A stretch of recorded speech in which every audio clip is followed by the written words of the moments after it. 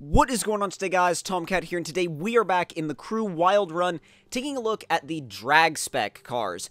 Now, the drag spec stuff is really intense. I mean, the cars that we were using, these C7 Vettes, are pretty much, I mean, like, tuned to, not even to the point where you would consider them tuned, but more to where you consider them built for a specific purpose, and that one purpose is to go fast in a straight line. I mean, and when you first start out, it's kind of hard to get the idea of what you have to do, kind of like how to warm the tires up and stuff like that. But basically what you want to do is you want to keep the temperature of the tires right in the proper area, and you also want to time your shifts perfectly. Otherwise, you're either going to short shift it or you're going to over rev, and neither one of those is going to end up very well for you. So the thing is, drag spec is based a lot on timing. It's based so much on timing that, and the parachute is a really nice touch, but it's based so much on timing that you could put like the exact same cars, all the exact same cars, exact same performance, exact same everything in a race together, and it would be totally determined by the skill of the drivers. I mean, that's the cool thing about the drag spec, is that everything is determined by the skill of the drivers. And the thing is, I was able to get some really nice, I was able to get one really good run later on towards the end of this video, and you guys will see that. But the cool thing about it is the fact that there's a real sense of, I guess, like progression as you progress through these races, because the more you play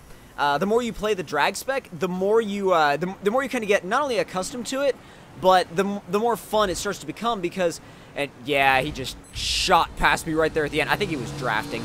But, the thing that you gotta remember is that it's not only all in the practice, but it's also all in the, it's all in the amount of time that you spend with each individual car, and the amount of time that you spend doing this exact event type. Because the more you do it, the more it becomes kind of like, you get it down to kind of where you're thinking about it more as like a science, rather than like a, oh, I gotta get from point A to point B, you know, as quickly as possible, and that's that, and we're gonna be done. No, it becomes a lot more of a science than you think, because once you start to really focus and really get your timing down, that's when it starts to be a really enjoyable event type. And that's where I got the decent launch. And I think pretty much all of my shifts in this particular event were pretty spot on, except for when I started to go over the cones, and then that dude just shot by me. There was one thing that I was trying to get. That was like the only thing that I was trying to figure out in the in this particular event type. I mean, it was kind of frustrating in the beginning, but again, it's one of those things where you got to spend the time with it. And I feel like once this pack is released, then I'll really get to spend some proper time with these cars and spend some proper time with this event type. But I think the biggest thing to remember is the fact that it's going to take practice, it's going to be frustrating in the beginning, and you're really going to have to put the time in to actually get your, kind of get your bearings with this event type. So, but if you guys enjoyed that video, then don't forget to leave me a like, tell me in the comment section down below what you guys thought of it, and if you're new to my channel, don't forget to subscribe for more, and I will see you guys in the next one. Talk to you guys later.